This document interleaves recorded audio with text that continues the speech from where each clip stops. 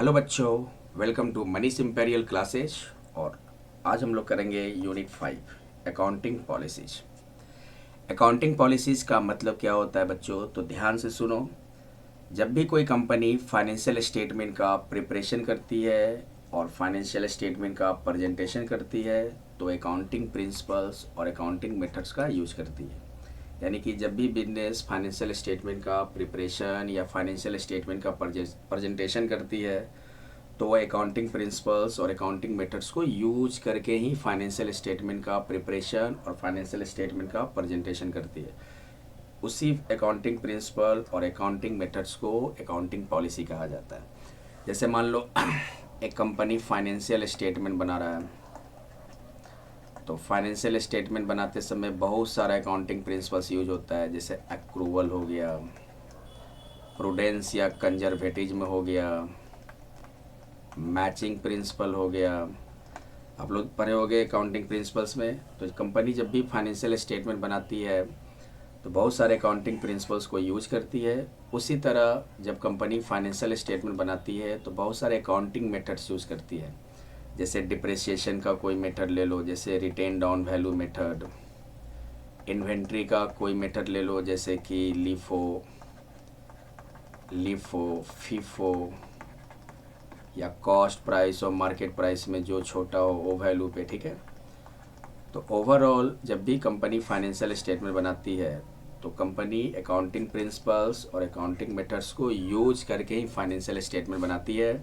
और इसी accounting principles और अकाउंटिंग मेथड्स को हम लोग क्या कहते हैं, अकाउंटिंग पॉलिसी।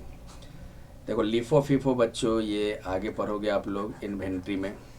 अभी फ़िलहाल इस नाम ही मत, सिर्फ नाम से ही मतलब रखो। लीफो होता है, फीफो होता है। लीफो मतलब last in first out, FIFO means first in first out. Inventory के वैल्यूएशन में इसका यूज़ करते हैं। हम लोग पढ़ेंगे अकाउंटिंग प्रोसेस में। जब हम लोग इन्वेंट्री में पहुंचेंगे तो वहाँ पे आपको डिटेल में बताया जाएगा लीफो क्या होता है, फीफो क्या होता है। ठीक है। तो जब भी कंपनी फाइनेंशियल स्टेटमेंट बनाती है तो अकाउंटिंग प्रिंसिपल्स और अकाउंटिंग मेथड्स को यूज करके ही फाइनेंशियल स्टेटमेंट बनाती है, फाइनेंशियल स्टेटमेंट का प्रेजेंटेशन करती है। तो इसी अकाउंटिंग प्रिंसिपल्स और अकाउंटिंग मेथड्स को अकाउंटिंग पॉलिसी कहा जाता है। यानी कि अकाउंटिंग पॉलिसीज़ का मतलब combination of accounting principles and accounting methods adopted by an enterprise in the preparation and presentation of financial statement।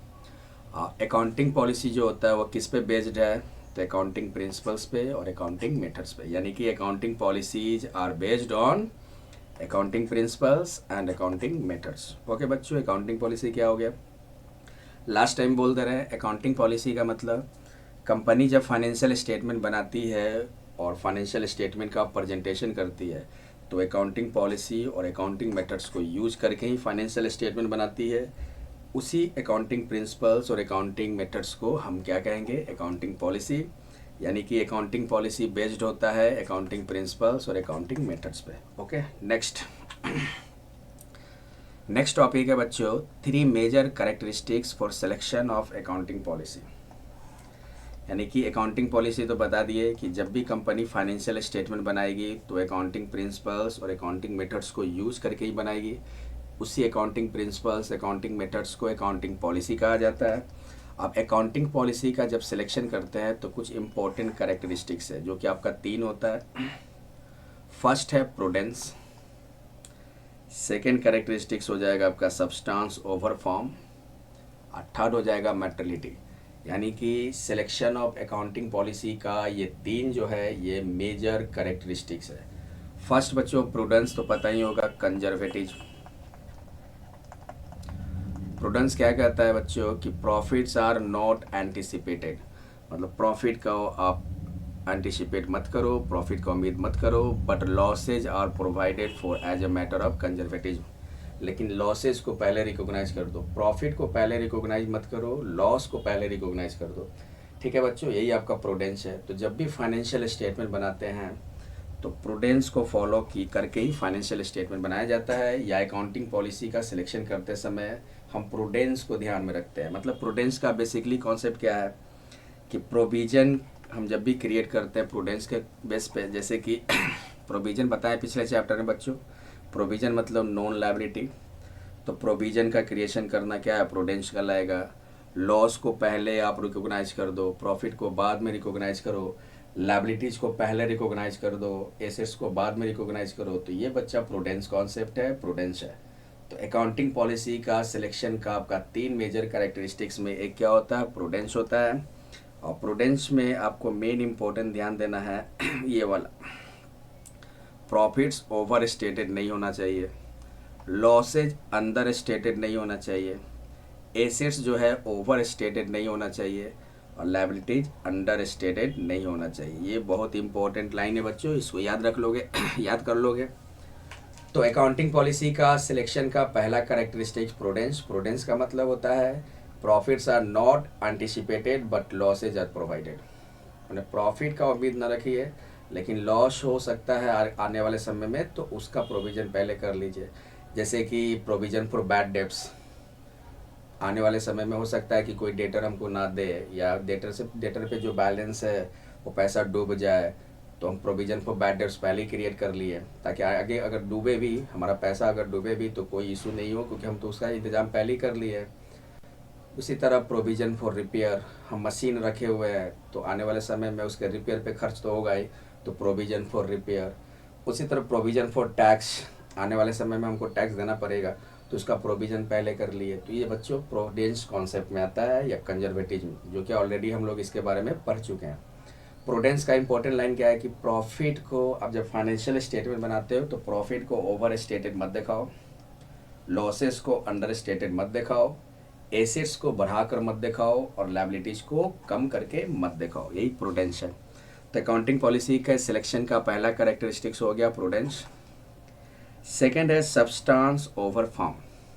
Substance over form का मतलब होता है कि हम ट्रांजैक्शन को या इवेंट को अकाउंट्स में दिखाएंगे according to substance. According to substance का मतलब हो गया मटेरियल, सब्सटेंस का मतलब हो गया जो रियल हो, जो फाइनेंशियल रियल हो, उसी ट्रांजैक्शन इवेंट को हम फाइनेंशियल स्टेटमेंट में दिखाएंगे। यानी कि ऐसा भी नहीं हो कि फाइनेंशियल स्टेटमेंट बना रहे हैं तो हम ऐसे ट्रांजैक्शन और इवेंट को रिकॉर्ड कर दिए जो फाइनेंशियल रियल है ही नहीं, अकॉर्डिंग टू सब्सटेंस है ही नहीं। तो ट्रांजैक्शन और other event should be accounted और should be presented in accordance with their substance and financial reality. ठीक है, मतलब ट्रांजैक्शन और इवेंट को कैसे दिखाएं, तो सब्सटेंस के अकॉर्डिंग या फाइनेंशियल रियलिटी के अकॉर्डिंग।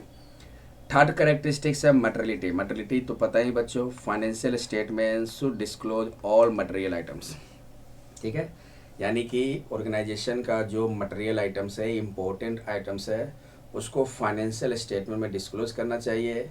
और मटेरियल आइटम का मतलब एक सिग्निफिकेंट आइटम जिससे बिजनेस ऑर्गेनाइजेशन प्रभावित होता है और डिसीजन के लिए बहुत ही इम्पोर्टेंट होते हैं। तो इस बात को ध्यान में रख के फाइनेंशियल स्टेटमेंट बनाया जाता है। देखो बच्चों, एक चीज़, मटेरियलिटी का मतलब ये नहीं कि अमाउंट बड़ा वाला जो उसको रिकॉग्नाइज करेंगे फाइनेंशियल स्टेटमेंट में। मटेरियलिटी का मतलब होता है कि बिजनेस के लिए वो कितना इम्पैक्ट डाल सकता है, बिजनेस पर क्या प्रभाव कर सकता है। जैसे कि एक कैशियर रोज़ 100 रुपया चोरी करके ले जा रहा है, तो भले ही अमाउंट दिखने में 100 रुपया ऑर्गेनाइजेशन के लिए कोई बड़ा इशू नहीं है, 100 रुपया कोई बड़ा इशू नहीं है, लेकिन इससे क्या हो रहा है कि बिजनेस का जो इंटरनल कंट्रोल है वो फेल हो जा रहा है कि कैसे कैशियर 100 रुपये का चोरी कर लेगा। तो ये 100 रुपये क्या हो गया, मटेरियल इफेक्ट है बच्चों, मटेरियलिटी में आ जाएगा। तो मटेरियलिटी को हम अमाउंट से जज नहीं करते हैं कि बड़ा अमाउंट का होगा तो वही मटेरियल है, मटेरियल आइटम होगा, और छोटा अमाउंट का है तो मटेरियल आइटम नहीं होगा। तो अगर कैशियर 100 रुपये का चोरी कर रहा है तो 100 रुपये कितना छोटा अमाउंट है, 100 रुपये बड़े, जिसका करोड़ों का टर्नओवर है कंपनी का, 100 रुपये कोई बड़ा इशू नहीं है, लेकिन ये ऑर्गेनाइजेशन के लिए मटेरियल आइटम है। ऑर्गेनाइजेशन को तुरंत इस पर ध्यान देना है ताकि फ्यूचर में ये 100 रुपया भी मार रहा है, 100 रुपये का भी फ्रॉड कर रहा है, 100 रुपये का भी चोरी कर रहा है, कि फ्यूचर में लाख का करोड़ का ना गबन कर जाए। तो ये एक तरह से देखा जाए तो ऑर्गेनाइजेशन के लिए मटेरियल आइटम्स हो गया। तो 3 कैरेक्टरिस्टिक्स है अकाउंटिंग पॉलिसी के सिलेक्शन का। एक है प्रूडेंस। प्रूडेंस का मतलब क्या बताया है कि profits are not anticipated, profit को एंटिसिपेट मत करो लेकिन लॉस को प्रोवाइड कर दो। आपको पता है कि आने वाले समय में ये आपका लायबिलिटी है, उसको पहले रिकॉग्नाइज कर दो। आने वाले समय में ये आपका लॉस हो सकता है, उसको पहले रिकॉग्नाइज कर दो। और इस बात का भी ध्यान रखना है कि फाइनेंशियल स्टेटमेंट जब हम बनाते हैं तो प्रॉफिट हमारा बढ़ा हुआ नहीं होना चाहिए, मतलब ओवर स्टेटेड नहीं होना चाहिए, लॉस हमारा कम नहीं होना चाहिए, कम नहीं शो होना चाहिए, losses are not under stated, एसेज बढ़ा हुआ शो नहीं होना चाहिए, और लाइबिलिटीज आपका अंडर स्टेटेड मतलब घटा हुआ नहीं होना चाहिए।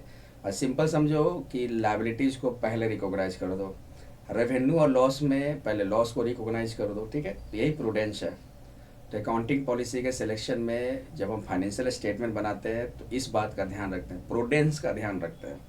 और सेकेंड है सब्सटेंस ओवर फॉर्म, यानी कि ट्रांजेक्शन और इवेंट किसके अकॉर्डिंग प्रेजेंट होना चाहिए, सब्सटेंस के अकॉर्डिंग और फाइनेंशियल रियलिटी के अकॉर्डिंग, मतलब रियल जो हो ट्रांजेक्शन। तो फाइनेंशियल स्टेटमेंट बनाते समय सब्सटेंस ओवर फॉर्म का भी ध्यान रखा जाता है, और मटेरियलिटी का तो ध्यान रखा ही जाता है। मटेरियलिटी का मतलब जो मटेरियल आइटम्स है वो फाइनेंशियल स्टेटमेंट में डिस्क्लोज हो, यानी कि स्टेक होल्डर्स को पता होना चाहिए, क्योंकि स्टेक होल्डर्स को ये पता होना चाहिए कि कंपनी का मटेरियल आइटम्स कौन कौन से हैं, और जितने भी इम्पोर्टेंट आइटम्स होते हैं वो आपको सीक्रेट नहीं रखने हैं, उसको आपको फुल डिस्क्लोज कर देना है स्टेक होल्डर के साथ, कम्युनिकेट कर देना है स्टेक होल्डर के साथ। तो मटेरियलिटी में हम कहते हैं, मटेरियलिटी का मतलब financial statement should disclose all material items, ठीक है, जो स्टेक होल्डर्स के लिए यूजफुल होता है, जो बिजनेस पे इन्फ्लुएंस डाल सकता है, और मैनेजमेंट के लिए डिसीजन लेने में भी यूजफुल होता है। मटेरियल आइटम को हम अमाउंट से जज नहीं कर सकते हैं, यानी कि अगर 100 रुपये का कोई कैशियर चोरी कर लिया तो इसका मतलब ये नहीं कि 100 रुपये को हम इग्नोर कर देंगे, वो काम क्या कर रहा है, उसका क्या इफेक्ट होगा वो इम्पोर्टेंट है, वो आगे चल कर कोई बड़ा हाथ मार सकता है, तो इस बात को तुरंत ध्यान देना है, ये भी आपका मटेरियल आइटम है। तो ये तीनों आपका कैरेक्टरिस्टिक्स हो गया, प्रूडेंस, सब्सटेंस ओवर फॉर्म और मटेरियलिटी, जो सिलेक्शन ऑफ अकाउंटिंग पॉलिसी के लिए होते हैं। तो अकाउंटिंग पॉलिसी के सिलेक्शन का 3 major characteristics, prudence, substance over form और मटेरियलिटी। नेक्स्ट आगे conditions for making changes in accounting policy. Accounting policy में चेंजेस होते हैं तो उसके क्या क्या कंडीशन है, तो एक तो है स्टैट्यूटरी रिक्वायरमेंट, यानी कि अकाउंटिंग स्टैंडर्ड के अकॉर्डिंग आपको अकाउंटिंग पॉलिसी चेंज करने हैं। और अकाउंटिंग पॉलिसी चेंज करने से क्या होता है कि हमारा फाइनेंशियल स्टेटमेंट जो होता है ज़्यादा सूटेबल प्रेजेंटेशन उसका हो जाता है, सही प्रेजेंटेशन फाइनेंशियल स्टेटमेंट होना चाहिए। तो अकाउंटिंग पॉलिसी में चेंजेस का 2 कंडीशन है, पहला कि स्टैंडर्ड को फॉलो करना है, अकाउंटिंग स्टैंडर्ड को फॉलो करना है, यानी कि जब हम अकाउंटिंग पॉलिसी चेंज करते हैं तो इस बात का ध्यान रखना है, पहला ध्यान क्या रखना है कि हम अकाउंटिंग स्टैंडर्ड के नियम का पालन कर रहे हैं कि नहीं, अकाउंटिंग स्टैंडर्ड को फॉलो कर रहे हैं कि नहीं कर रहे हैं। और दूसरा है कि अकाउंटिंग पॉलिसी चेंज करते हैं तो ये भी ध्यान रखना है कि फाइनेंशियल स्टेटमेंट हमारा सही प्रेजेंटेशन हो रहा है या नहीं हो रहा है। तो 2 बातों को ध्यान में रख के अकाउंटिंग पॉलिसी चेंज किया जाते हैं। एक बात क्या, स्टैट्यूटरी रिक्वायरमेंट, यानी कि अकाउंटिंग पॉलिसी चेंज कर रहे हो तो आपको अकाउंटिंग स्टैंडर्ड का पालन करना है। किसका पालन करना है, अकाउंटिंग स्टैंडर्ड का। और सेकेंड है, जब भी आप अकाउंटिंग पॉलिसी चेंज कर रहे हो तो इस बात का भी ध्यान रखना है कि फाइनेंशियल प्रेजेंटेशन आपका सही फाइनेंशियल प्रेजेंटेशन हो, आपका अप्रोप्रिएट फाइनेंशियल प्रेजेंटेशन हो। इन 2 बातों को ध्यान में रख के ही अकाउंटिंग पॉलिसी में चेंजेस किए जाते हैं। नेक्स्ट, अब देखो बच्चों, यहाँ पे समझना change in accounting policy. Accounting policy में चेंज करते हैं तो 2 इफेक्ट होगा, एक मटेरियल इफेक्ट मतलब बड़ा इफेक्ट, इम्पोर्टेंट इफेक्ट, एक होता है नॉट मटेरियल। तो अगर अकाउंटिंग पॉलिसी में चेंजेस करते हैं तो करेंट पीरियड में अगर फाइनेंशियल स्टेटमेंट में मटेरियल इफेक्ट हो, या अकाउंटिंग पॉलिसी में चेंज करने से फाइनेंशियल स्टेटमेंट में बड़ा इफेक्ट हो रहा हो करेंट पीरियड में, तो उसका 2 चीज़ें, या तो अमाउंट अगर अनसर्टेन हो या अमाउंट नहीं पता होगा, 2 ही चीज़ होगा, या तो अमाउंट पता होगा कितना अमाउंट आपका है, या अमाउंट पता नहीं होगा। अगर अमाउंट पता चल जाता है तो उस अमाउंट को डिस्क्लोज कर दीजिए, और अमाउंट अगर नहीं पता है तो उसके फैक्ट्स को डिस्क्लोज कर दीजिए।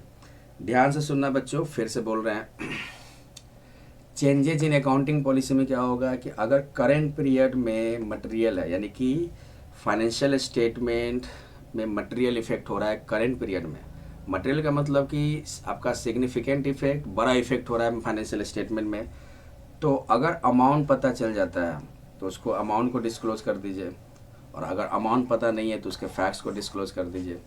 कभी कभी होता है कि करेंट पीरियड में वो ज़्यादा मटेरियल नहीं होता, मटेरियल का मतलब बच्चों इम्पोर्टेंट या सिग्निफिकेंट, इम्पोर्टेंट या सिग्निफिकेंट। तो अगर करेंट पीरियड में ज़्यादा इंपॉर्टेंट नहीं है, कभी कभी होता है कि अकाउंटिंग पॉलिसी में चेंजेस कर रहे हैं तो करेंट पीरियड में उतना इफेक्टिव नहीं होगा, लेकिन आने वाले समय में वो इफेक्टिव होता है। तो करेंट पीरियड में उतना इम्पोर्टेंट नहीं है, तब क्या करेंगे उस केस में, तो उसके फैक्ट को करेंट पीरियड में डिस्क्लोज कर देंगे। तो चेंज इन अकाउंटिंग पॉलिसी का ये थोड़ा ट्रीटमेंट है, इसको ध्यान में रखोगे। अगर आपका अकाउंटिंग पॉलिसी में चेंज हो रहा है और करेंट पीरियड में मटेरियल इफेक्ट हो रहा है, बड़ा इफेक्ट हो रहा है, इंपॉर्टेंट इफेक्ट हो रहा है, सिग्निफिकेंट इफेक्ट हो रहा है, और अगर अमाउंट पता है तो अमाउंट को डिस्क्लोज कर दीजिए, अगर अमाउंट नहीं पता है तो उसके फैक्ट को डिस्क्लोज कर दीजिए। लेकिन करेंट पीरियड में वो बड़ा इफेक्ट नहीं है, नॉट मटेरियल है, छोटा इफेक्ट है करेंट पीरियड में, तो उस केस में वो उसके फैक्ट को करेंट पीरियड में डिस्क्लोज कर दीजिए। तो यही था बच्चों change in accounting policy, change in accounting policy का कंडीशन, और इस तरह से इसका ट्रीटमेंट करते हैं। चलो कुछ क्वेश्चन करते हैं। इस क्वेश्चन का आंसर क्या होगा बच्चों? ए change in accounting policy is justified. अगर अकाउंटिंग पॉलिसी में चेंज करते हैं तो जस्टिफाई मतलब कंडीशन। एक कंडीशन क्या है? कंप्लायंस विद अकाउंटिंग स्टैंडर्ड, और एक क्या है? Appropriate financial presentation. ठीक है, तो देख लो क्या होगा। To comply with accounting standard and law, ये तो होगा ही। To ensure more appropriate presentation of the financial statement of the enterprise, ये भी होगा। तो दोनों होगा, तो देखो ये है ना बोथ ए एंड बी, तो आंसर क्या हो गया? सी हो गया। अकाउंटिंग पॉलिसी में चेंज होता है तो उसका दो कंडीशन, एक ये देखना है कि अकाउंटिंग स्टैंडर्ड का पालन करना है, लॉ का पालन करना है, और दूसरा ये देखना है कि हम अकाउंटिंग पॉलिसी चेंज कर रहे हैं तो हमारा फाइनेंशियल स्टेटमेंट का प्रेजेंटेशन सही प्रेजेंटेशन हो, अप्रोप्रिएट प्रेजेंटेशन हो। तो आंसर हो गया बच्चों C. Next, the areas wherein different accounting policies can be adopted, मतलब कि अलग अलग अकाउंटिंग पॉलिसी आपको कहाँ कहाँ होगा। तो देखो अभी हम बताए थे यहाँ, एक डिप्रिसिएशन में हम लोग क्या करते हैं, अलग अलग अकाउंटिंग पॉलिसी का मतलब अकाउंटिंग मेथड्स या अकाउंटिंग प्रिंसिपल। जैसे डिप्रिसिएशन में या तो हम फिक्स इंस्टॉलमेंट मेथड यूज कर सकते हैं या written down value method use कर सकते हैं। इन्वेंट्री में हम लोग बच्चों, इन्वेंट्री में या तो लिफो, फीफो या कॉस्ट प्राइस, मार्केट प्राइस। तो दो अकाउंटिंग एरिया आपका दिख गया, कौन कौन सा? एक प्रोवाइडिंग डिप्रिसिएशन और एक हो गया वैल्यूएशन ऑफ इन्वेंट्री। तो इसका भी आंसर क्या होगा? दोनों ऑप्शन, यानी कि आंसर इसका बनता है C, both the option. The areas wherein different accounting period, the areas wherein different accounting policies can be adopted are providing depreciation हो गया, ये वैल्यूएशन ऑफ इन्वेंट्री। डिप्रिसिएशन में कई मेथड होते हैं बच्चों, जैसे written down value method, straight line method, annuity method, sum of year digit method, depreciation fund method. और वैल्यूएशन ऑफ इन्वेंट्री में भी कई मेथड से वैल्यूएशन होता है, cost price, market price, LIFO, FIFO, और भी बहुत सारे हैं। तो दोनों हो जाएगा, आंसर हो गया C. Accounting policies refer to specific accounting policy क्या है? Combination of accounting principles and accounting methods जिसको कंपनी यूज करती है जब वो फाइनेंशियल स्टेटमेंट बनाती है। तो दोनों हो जाएगा ना, प्रिंसिपल्स भी हो जाएंगे और methods of applying those principles, यानी कि अकाउंटिंग मेथड्स। तो इसका भी आंसर हो गया बोथ ए एंड बी। तो बच्चों इस तरह से हमारा यूनिट 5 अकाउंटिंग पॉलिसी आपका कंप्लीट हुआ। नेक्स्ट क्लास हम लोग करेंगे मेजरमेंट। तो चलो आज के लिए इतना ही बच्चों, पढ़ाई करते रहो, मेहनत करते रहो, रिवीजन करते रहो, बार बार लेक्चर को आप लोग देखते रहो, पढ़ाई करते रहो। थैंक यू बच्चों।